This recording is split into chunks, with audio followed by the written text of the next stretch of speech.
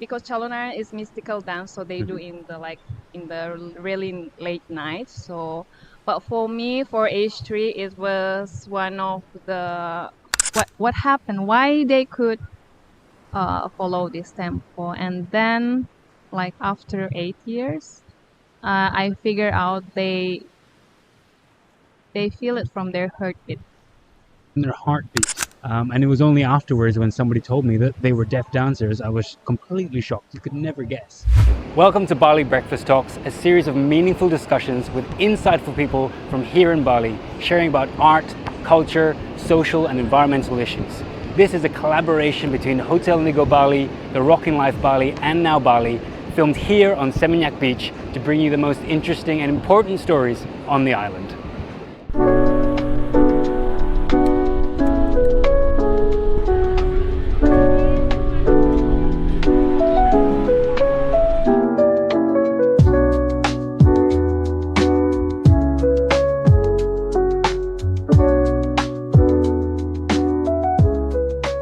Our first guest on the talks has an intriguing background.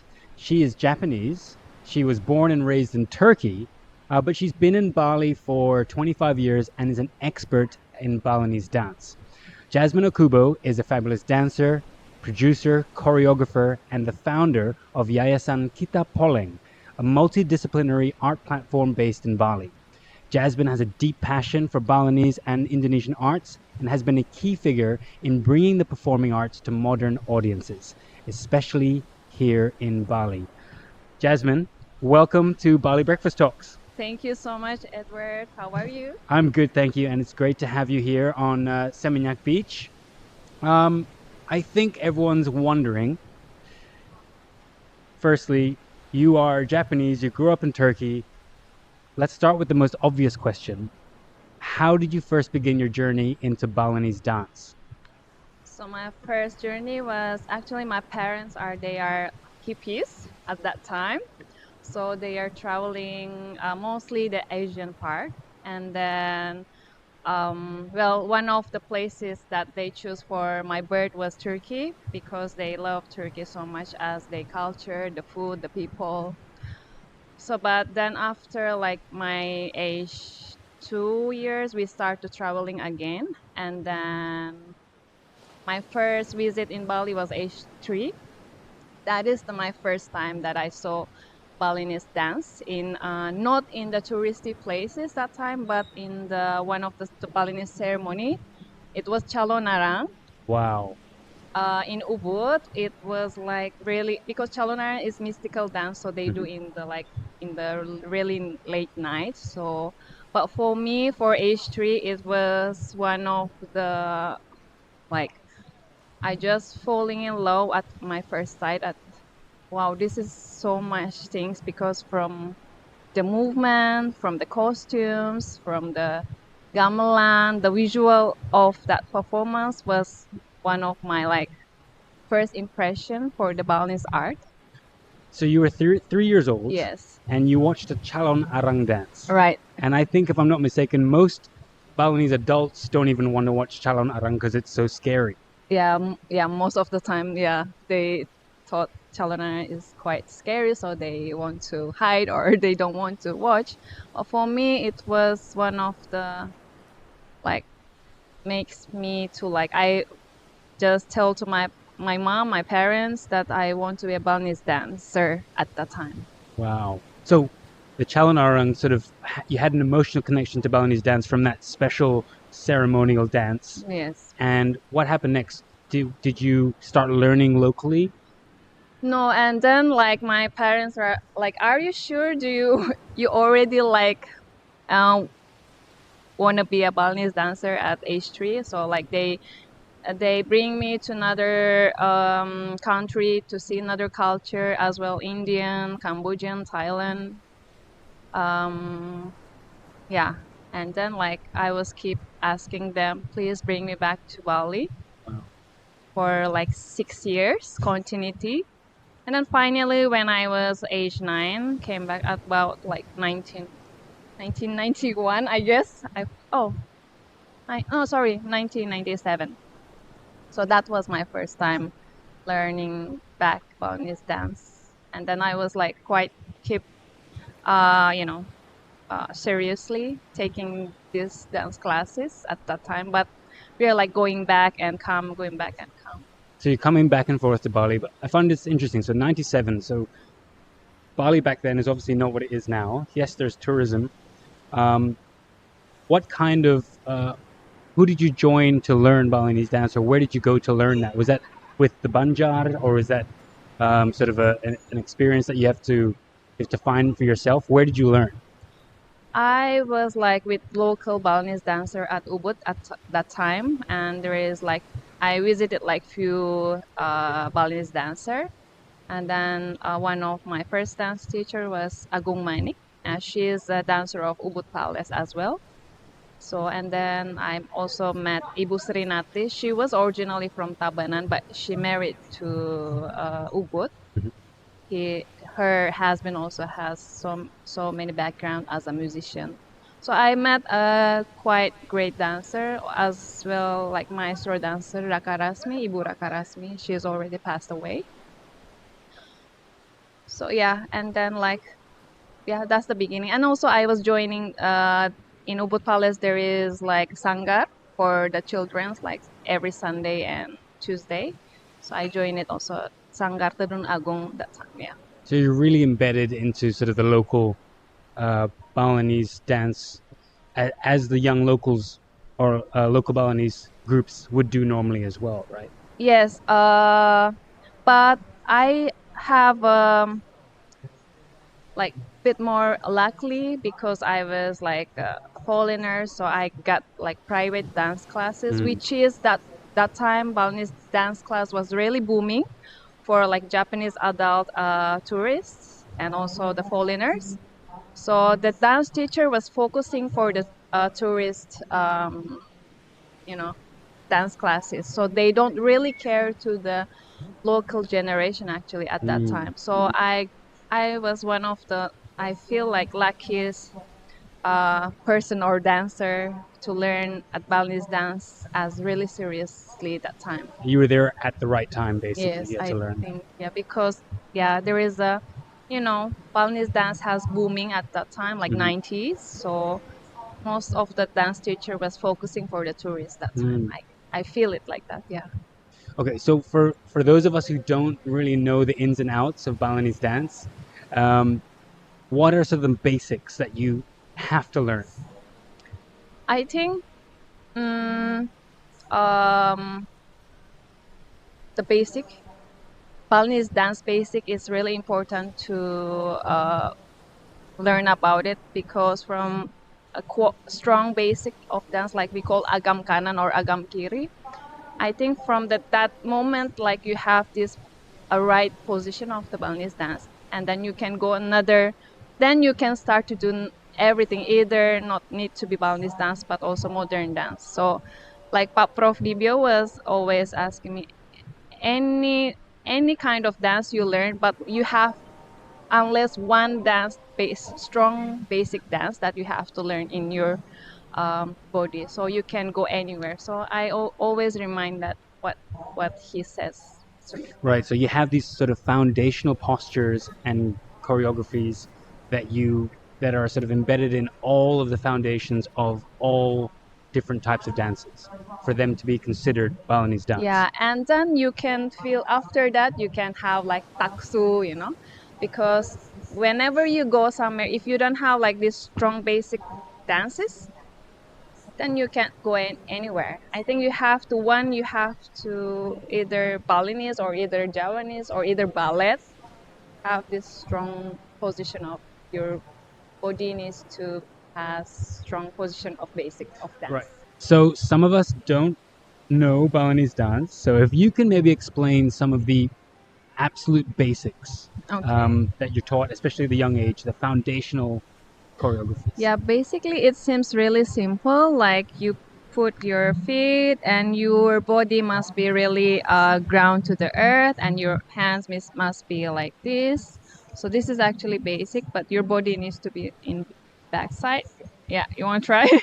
So, but it's really kind of hard because your body needs to be ground, but your hands needs to be up. Yeah, Mm. and you cannot do like this. Like so, everything.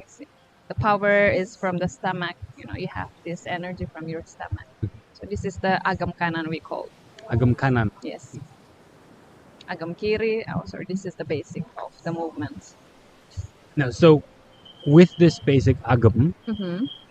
you can start developing contemporary choreographies, which I think this is kind of what's kind of made Kitapoleng such a popular performances here, because you've reshaped of what Balinese dance looks like for a lot of people. So what counts as still being Balinese in a contemporary context?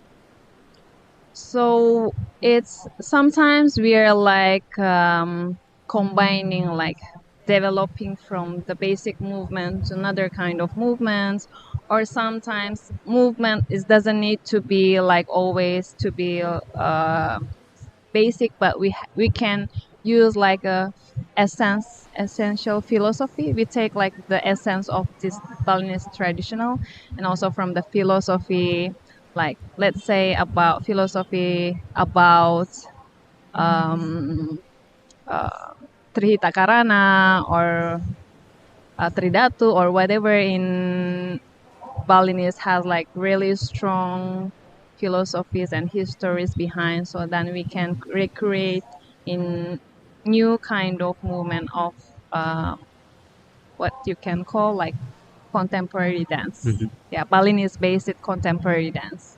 And visually, like the choreography, how do you make, what's the balance between sort of modern and traditional? Do you think about that visually as well?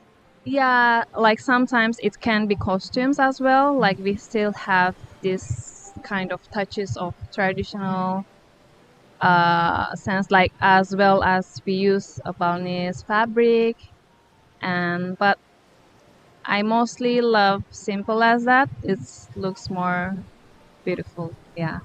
Right. So it's packaging everything within the context of Balinese performance or Balinese inspirations. So even if it's a contemporary style Yes. of dancing, it still reflects the identity of Bali, essentially. Yes. So you work a lot with young Balinese dancers, Mm-hmm. and where do you see their interests? Are they more interested in creating something new, doing something contemporary?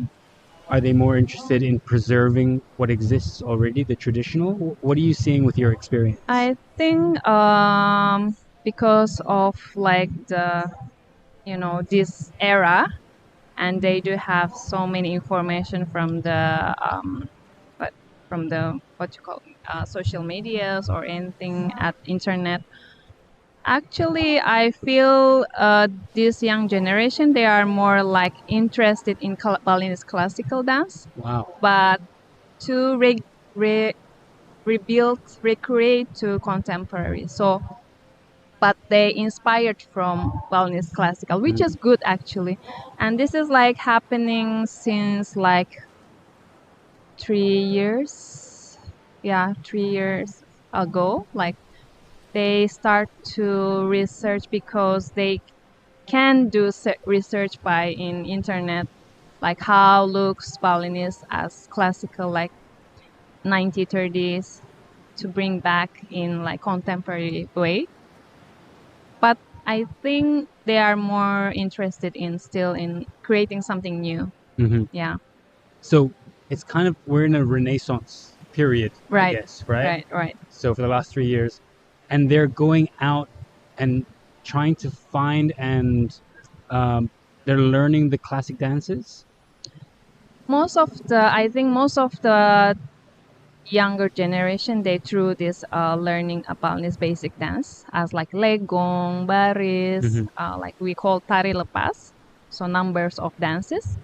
But then when they go to, let's say, to art university, and then they seems new things, and then they want to explore more about this contemporary dance, but as inspired from this Balinese classical. Do you think the new variations of dance, the contemporary, the rebuilding of classics into something new, do you think that's helping to keep the interest up in the performing arts? in Bali?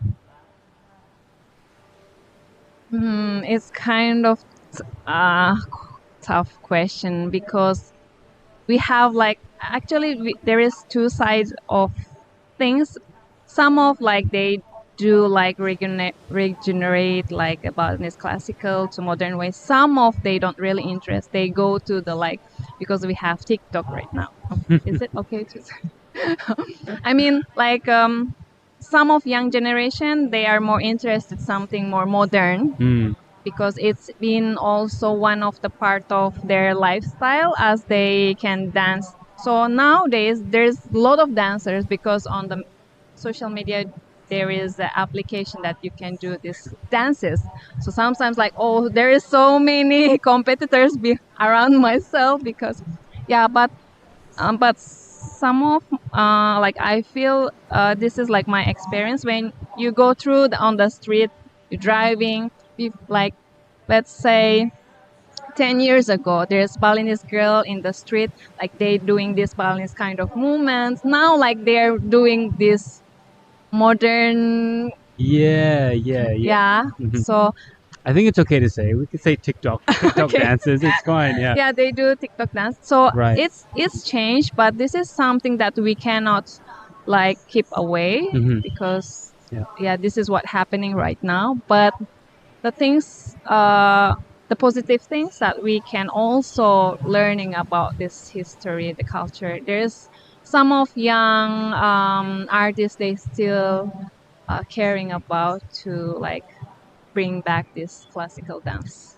But if they're interested in, let's say, online dancing for social media, Mm-hmm. that's also motivation or a platform for Balinese dance to also go to the world, I suppose, right? So Yeah, that's whether it's true. classical or Right. whether it's a contemporary style or reimagining, Mm-hmm. it's also a possibility that Right, um, exactly. it can help it grow and create the Mm-hmm, mm-hmm. interest locally Yeah, as yeah. well. I think I agree with that. Yeah. Hmm. So yeah. So we have like this positive side and negative side, but if we bring it on positive side, it can be really great. Yeah. What we're hearing is you need to do more TikToks, Jasmine. I have to do it. You have to do the TikToks with your group. You guys just market through TikTok all the dances that you do. Right. I will share the link. Yeah. Right. So what is keeping Balinese dance alive now? Is it the local Banjar communities? Is it the more traditional schooling? What's continuously bringing young people into performing arts? Mm. I think Bali has this strong ritual, Hmm. like what you call upacara, a ceremony. I think this is the one of the key that they can still keep this Balinese traditional dance as like one of their like part of their life. Hmm. So luckily, because I feel like in other islands they don't have this kind of tradition, right? Because like different of religions, so like this can be gone. But luckily, Bali has this like culture and also the ceremonial ritual has been staying together. Hmm. That's why it still can be stay in as also like there is some young artists that's really like strong to enough to inspire some another generation back because like um, if some performance it's inspired you the younger generation must be really interesting to learn a lot Hmm. more.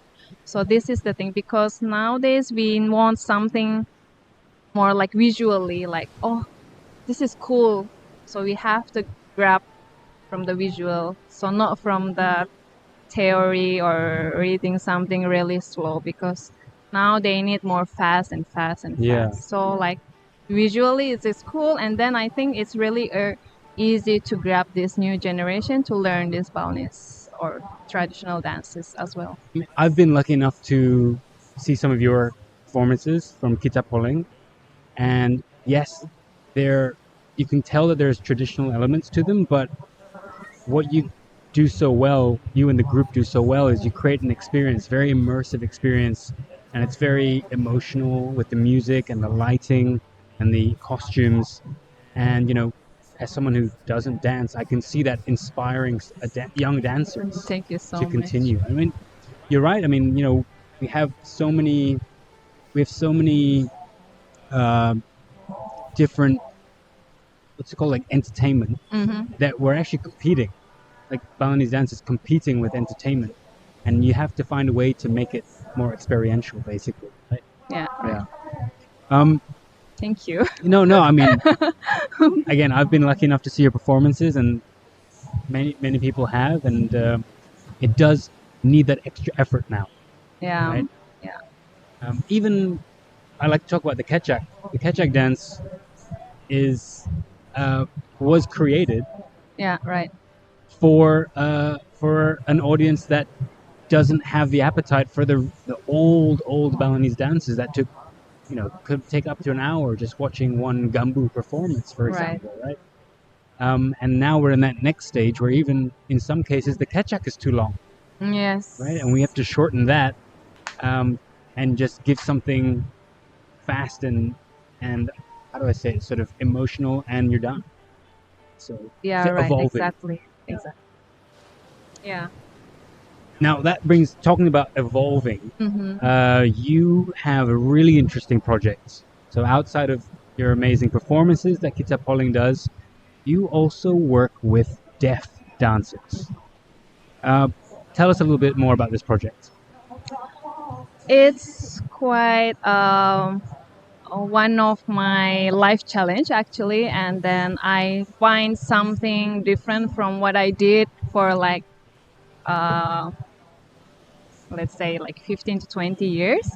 And I met these deaf dancers in Bali, and my first, I thought I was like, I don't going to do as long as like I did till right now. But my first project with deaf dancers was about 2017 or 18. Then I find something that I couldn't find in other what I did with previous events like performance, like something cannot bring on your words as words, like how you feel it after you saw this performance with deaf dancers. So then I try to like keep creating some dances with them, and then what I find it, they are like so great at their tempo or rhythm that most of the time that more than normal usual person like who I can hear, but they are more than I think more than myself. They do this tempo so amazingly. So I thought, what happened? Why they could follow this tempo? And then, like after 8 years, I figure out they feel it from their heartbeat. And their heartbeat. Heartbeat. Yeah. So I mean, in traditional dancing, obviously the cue is a lot of the time is the music. Right. So you need hearing. So to hear about deaf dancers where they don't have any audible cues, they have to find something else to keep them on time. Right? So you're saying that's their heartbeat. Yes, what I find out, because like usually in for like a few deaf foundation, they do Balinese performance, but in the front of the stage they have conductor, like conducting them, like giving signage for like matching with the music. But I was like, I was trying to them, they could perform as like independently and seems as a professional dancers, not depending on someone. So this is what method that I was trying to research for like 8 years till right now. Yeah, still on keeping challenging with them. And I've again had the pleasure of seeing them, and I didn't even know that they were deaf dancers. They were perfectly in time with the music, and in sync with each other, left Right. and right. I think, again, one of your performances. And it was only afterwards when somebody told me that they were deaf dancers, I was completely shocked. You could never guess. Mm-hmm. So maybe if you're able to, I'm not sure if you sort of have to see it, but what is their process of keeping in time? Because they're not just dancing by themselves, they're dancing with other people as well. So what's that process to start? I think the creator has given like really fair kind of, the body has like their own sensory, like not a technologically sensor, because technologically sensor means you have this vibration stage or something like, visual or something. But body itself has this like natural sensor that you can feel the sound that we cannot hear. Mm. So one of the sample that we cannot hear sound of our heartbeat, but they can feel it. So this is one thing. And then also they has like visually they are more sensitive than us. We can communicate from here to like, let's say like far away, because we use sign language. We don't need to bring our voice, right? Yeah. So we can still communicate. So I think it's quite fair. The goddess gave us this human body as we might be we can't hear, but we can feel another what you call Yeah, so by the loss indra. of one sense, they're given heightened other senses, basically. And this body has like their own natural sensor that you can feel it. And they've seemed to master it, and they've been able to capture that for dance. Yes, so most of the time, like, and also they could do this like kerja sama, like working Working together. together. Yeah. Really, really good, because like they can cue it. Oh, he is like passing by, so my turn, or this kind of things. So I think they have more low ego Yeah. to working togetherness. Yeah. So this is the I think cool part, and they are so potential. They are so talented. They're not like lazy. They're because they could express themselves through this art or Yeah. through the dance. Yeah. So, tell us more about the group. They're an existing dance group that you work with, or are they part of a Most yayasan of the time they organization? are joining our yayasan in Kitapoleng. So they are also like joining few other places, but they feel like they can learn another kind of new things, contemporary, new methods that we do, that they feel more confidence, they feel more independence. So this kind of method that I teach to them. So like they're also joining the Kitapoleng, and they are also free to join another foundation as well. Okay. And how do you communicate with them? Sign language. And you learned that so that you can teach them? Yes, true. Communicate it with them like really slow. Like as I speak English, like communicate, make a friends, and then we do like they're still like actually mad at me, because like you been like 8 years with us and you still like level tengah like Mid-level sign language. middle level sign language. Like they're like, okay, I'm sorry. So they're making fun of you actually with their sign language. They has been doing jokes and a lot of things.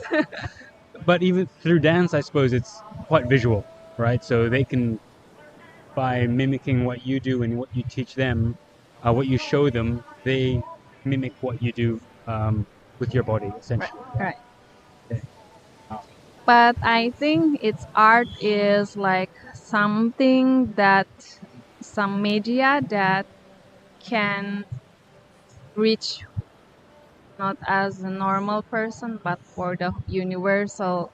I think art is universal language that we don't really need to communicate, because art already create this communication between a person through art. So I think this is no boundaries. And do you think this is why? Have you seen them feel empowered by doing performances? Yeah. I have one experience. This was happening art joke. because at that time I bring one of the dance piece called Nungkalik. It's telling about one of the dancers, our dancers called Wahyu. So we bring his story to the stage. But was um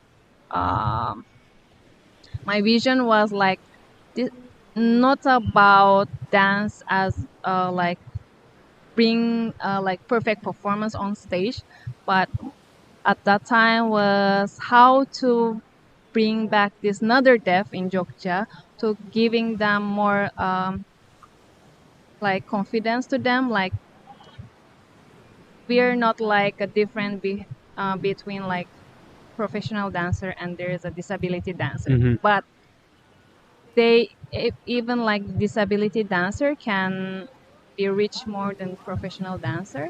So at Art Jog we do like 45 minutes show, and the deaf community from the Jogja was also watching there, and then one of the deaf person that talked like tonight I get this confidence that actually deaf dancers also can be a professional dancer. Amazing. So I want that word that I can hear after this performance, because not about like bring this our performance as like okay show, okay great show, but something behind that that I want to inspire them.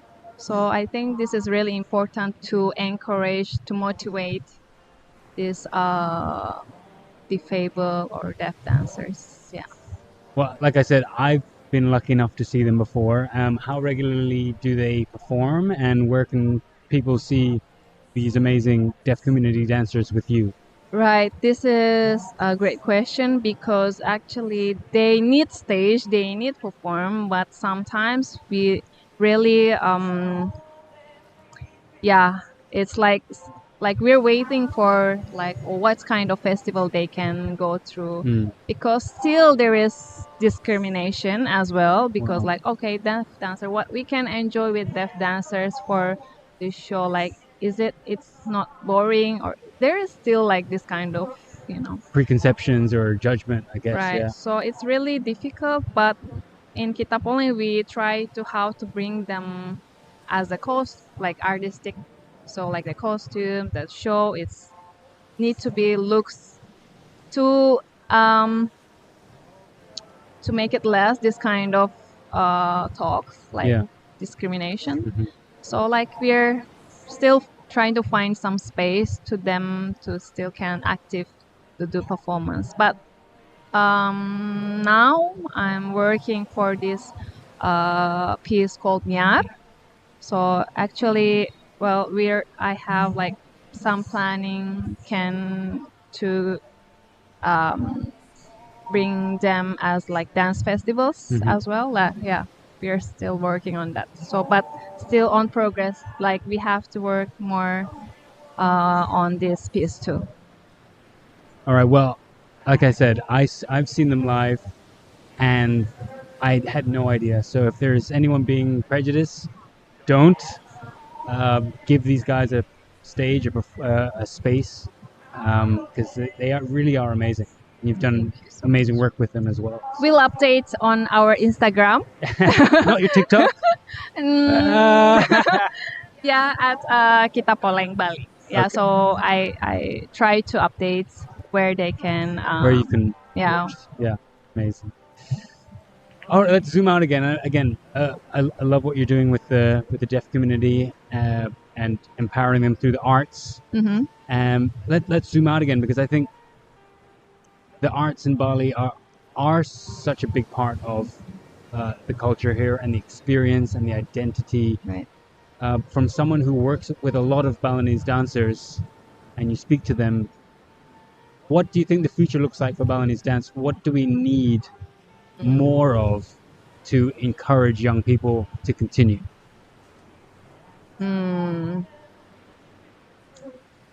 I think like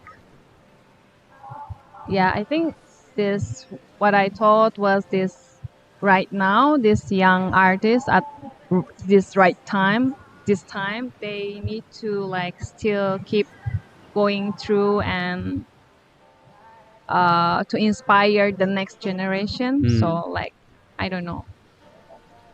I hope I can inspire them, but I think there is more potential young Balinese dancers that they can bring and they can give inspired, but as that like need to be really visualized, something like really fast, something really interesting, as well as music, costume, the stages, because to grab the curiosity of young generation Yeah. is, I think, really important. Well, like you said, I think in the last 3-4 years, it does feel like there's a bit of a renaissance, a bit of a resurgence with theater, performing arts, dance, music, and it's finding modern context as well, which is helping, I guess, audience, right? Just people want to be watched. Dancers want to be seen as well. Yes. Yeah. Well, this is my opinion, but I'm a bit worried if some my teachers like going to angry to me. But to stay as this Balinese traditional with long duration, now generation is really hard, really hard. So we have to innovate to something new to still keep this culture. I guess I feel it that way. So we have to evolve to preserve. It's important to preserve, but to grab this young generation, like we have to do something innovation. So it's kind of hard, kind of tough, but yeah, this is what happening right now in this era. This is what my side, but I hope there is some. Well, I think with all the work that Kitapoleng is doing, and of course there's other sangar and art groups that are doing a great job with the young generation and modernizing, but keeping true to the roots, basically. For the tradition, it's really important we have to keep it that way. We have to still respect, we have to still remember, but just to grab their interest as to the culture. Got it. We have to like sedikit like You have to hook them. Hook them. Hook them in. And then when you get them, okay, belajar tari tradisi. Okay. Learn this traditional. Yeah. You want to do that, you have to do this first. Yes, because as well as at the beginning, the basic is really important. Yeah. If you got this basic, then you want to go any other things, you have this like already strong enough. You've got that foundation. Right. Agam. Agam. You want to try? Maybe after the cut. After the cut. Yes. Jasmine, where can people find you, follow you, and find out more about Kitapoleng? Okay, so we have a on progress website. It's www.kitapoleng.com, and also we have Instagram Kitapoleng Bali, and we have some small space at Denpasar in the middle of the town in Jalan Hayam Buruk. You can contact me on Instagram DM, so I can give more further information. Perfect. Okay. Well, I look forward to your next performance. Of Kitapoleng. Thank you so much for joining us today. Thank you so much. It was a lot of pleasure. Thank you so much. In this nice place. Nice and breezy here on Seminyak Beach. All right. Well, thanks for tuning in to the first episode of Bali Breakfast Talks, brought to you by Hotel Indigo Bali, the Rockin Life Bali, and now Bali. We'll see you at the next episode.